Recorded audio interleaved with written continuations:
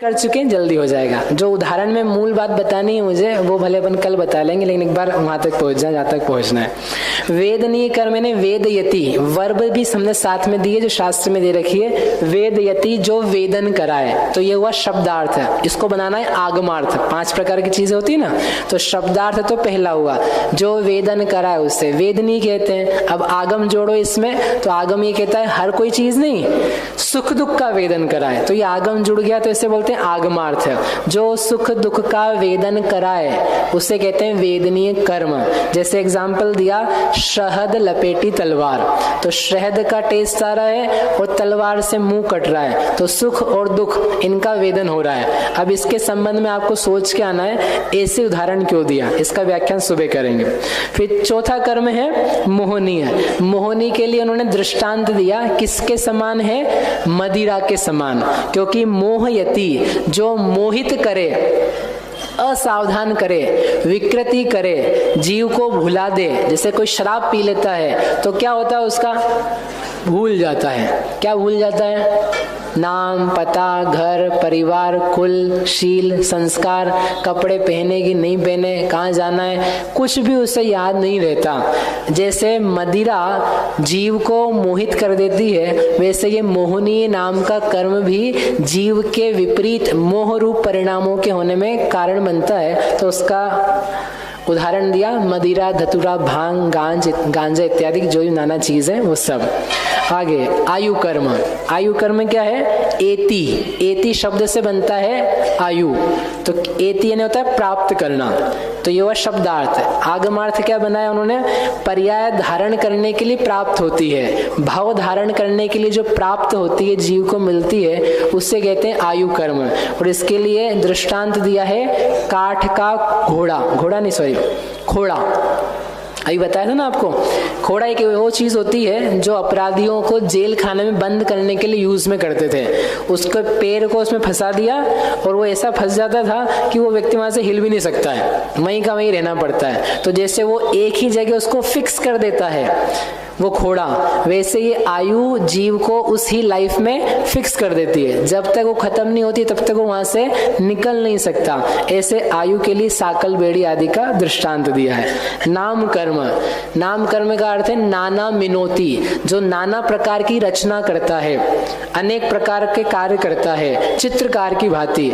एक चित्रकार को आपने पेंट कैनवास दे दिया तो वो पता नहीं क्या क्या बना दे, उसकी मर्जी पड़े इतने रंगों से बना दे। तो जैसे वो अलग अलग तूलिकाओं से, रंगों से विचित्र विचित्र काम करता है, वैसे ये नाम कर्म के भी ढेर सारे काम है। इसका सबसे बड़ा कर्म का परिवार है, इसको अपन कल देखेंगे। तो ऐसे जो नाना कार्यों को निष्पादित करे उसे कहते हैं नाम कर्म।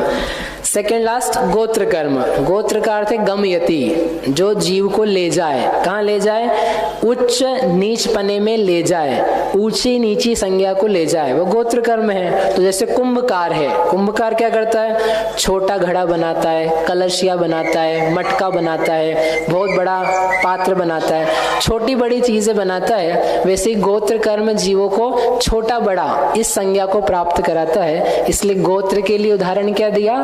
कुंभकार का। अंत में अंतराय, सबसे खतरनाक कर्म जो चल रहा है अभी आपके। चल रहा है नहीं चल रहा है? हाँ तो बोलो, बोला कुछ लोगों ने तो बोला है। अंतराय चल रहा है कि क्षयोपशम चल रहा है आपका? क्षयोपशम चल रहा है। किसका? मेरा नहीं बताता हूं, आपके लाभ का, आपके भोग का, उपभोग का और वीर्य का, 4 चीजों का अच्छा क्षयोपशम चल रहा है।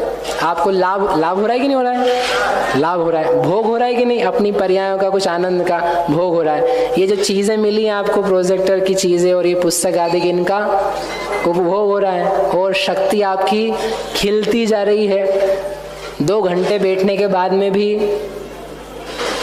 बैठे हैं तो यानी शक्ति खिल रही है, नहीं तो बैठना मुश्किल है। तो आप बैठे हैं तो आपका वीर्य का भी 6 ऑप्शन चल रहा है, तो वो 6 ऑप्शन का काम पाया जा रहा है। लेकिन जो बाधा डाले, अंतरम एति, जो दाता और पात्र के बीच में अंतर कर दे, विघ्न कर दे, दोनों को अलग कर दे, ऐसा जो होता है उसे कहते हैं अंतराय। तो उदाहरण में दिया उन्होंने भंडारी, खजांची, कोषाध्यक्ष। तो राजा ने कह दिया या आपने कह दिया इनको, मुनीम जी इनको दान दे देना, इनको सामान दे देना, इनको घर दे देना, इनको बिस्तर दे देना, तो राजा ने तो बोल दिया, मालिक ने बोल दिया। लेकिन वो भंडारी बीच में क्या करता है, नहीं अभी नहीं देंगे, कल आना, परसों आना, थोड़ा रिश्वत दो, ये करो वो करो। तो जैसे वो बीच में अपनी ही चीज के लिए क्या करता है, विघ्न डालता है, सामान नहीं दे पाता है, तो वह जैसा काम करता है वैसे अंतराय क्या करता है, अपनी जो चीजें खुद की उसके मिलने में भी बाधा डालता है। जीव में केवल ज्ञान शक्ति, लेकिन अंतराय इतना तेज चल रहा है, नहीं मिल रहा है। अनंत अतीन्द्रिय आनंद का उपभोग करे, अपने अनंत गुणों को भोगे, इस प्रकार की पावर है, लेकिन फिर भी क्या हो रहा है, बाधा आ रही है, समस्याएं आ रही है, विघ्न आ रहे हैं। क्या विघ्न आ रहे हैं पता है आपको? विघ्न की अपन बात करेंगे 9 कर्म के अंतर्गत, 2 दिन परसों लगेगा, तो आपको समझ में आएगा कि जिनको अपन साधन मानते हैं, जिनको अपन भला मानते हैं, एक्चुअल में वो साधन नहीं है, वो बाधक हैं। साधन साधक ना होकर के बाधक पने का काम कर रहे हैं। कैसे करते हैं वो अपन निक्षेप का प्रकरण में 9 कर्म आएंगे तब देखेंगे। इस प्रकार से 8 कर्म के उदाहरण, कर्म के सीक्वेंस का कारण और उनके जो स्वरूप हैं सामान्य से वो कहे। अब अपन कल सुबह से प्रारंभ करेंगे, एक एक कर्म का स्वरूप क्या है। 148 कर्म हैं, उन सब के इंडिविजुअल काम क्या है। अभी अपन ने पिताजियों के बारे में सुना है, अब उनके जो बच्चे हैं उनके बारे में कल सुबह करेंगे। आप सभी जो अपनी किट है आपसे कहिए लेके जाइएगा, पढ़िएगा। और जिस व्यक्ति ने अभी तक 148 कर्म के नाम याद नहीं किए हो, मेरी आपसे रिक्वेस्ट है कि आप उसको याद करने का प्रयास करो, और कम से कम नहीं कर रहे हो तो पढ़ो ये जो शब्द हैं, क्योंकि जब कल चालू होगा न्यग्रोध परिमंडल, स्वाति तो इजी है, सम चतुरस्र संस्थान, वज वृषभ नारा सहनन, तो आपका दिमाग यूं चकराएगा। तो मैं नहीं चाहता हूं कि आपकी जो गर्दन है वो हिंडोले खाए, इसलिए आप शब्द पढ़ लोगे ना, पढ़ भी लोगे तो फिर हम यहाँ जो बताएंगे, सुन लो मेरी बात पहले, आप सब लोग जा रहे हो सुन लो में, कि जो ध्यान है आपका वो पूरा ध्यान आपका फिर उसको समझने में रहेगा। और यदि आप अपनी जिंदगी में पहली बार सुनोगे वज वृषभ नारा सहनन, तो आप 2-20 सेकंड तक तो उस शब्द में ही घूमोगे, तब तक तो हमारा स्वरूप ही हो जाएगा, हम आगे बढ़ जाएंगे। फिर कहेंगे वज्र नाराज, तो आप उसमें घूमोगे, तब तक फिर हम आगे बढ़ जाएंगे। इसलिए जस्ट रीड इट, उस शब्द से आप फैमिलियर हो जाओ, तो आपका जो ब्रेन है वो बराबर काम